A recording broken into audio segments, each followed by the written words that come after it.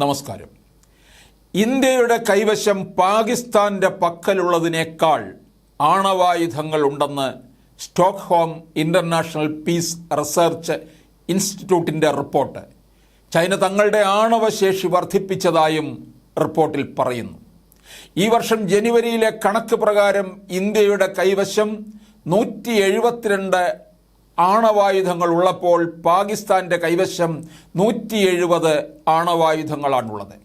ചൈനയുടെ പക്കൽ 2023 ജനുവരിയിൽ 410 ആണവ പോർമുനകളാണ് ഉണ്ടായിരുന്നതെങ്കിൽ 2024 ജനുവരി ആയപ്പോഴേക്കും അത് 500 വർദ്ധിച്ചുവെന്നും റിപ്പോർട്ട് പറയുന്നു.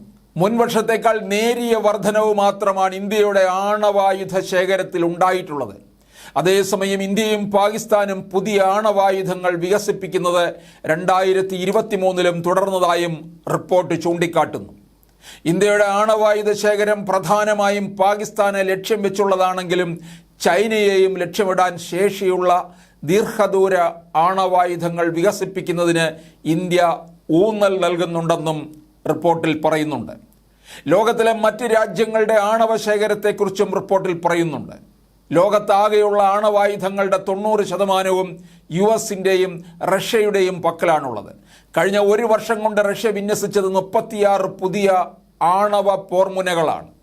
ചൈനയുടെ പക്കലുള്ള ആണവായുധ ശേഖരം റഷ്യയുടെയോ US-ൻ്റെയോ കൈവശമുള്ളതിനെ അപേക്ഷിച്ച് വളരെ കുറവാണെന്നും റിപ്പോർട്ടിൽ പറയുന്നുണ്ട്.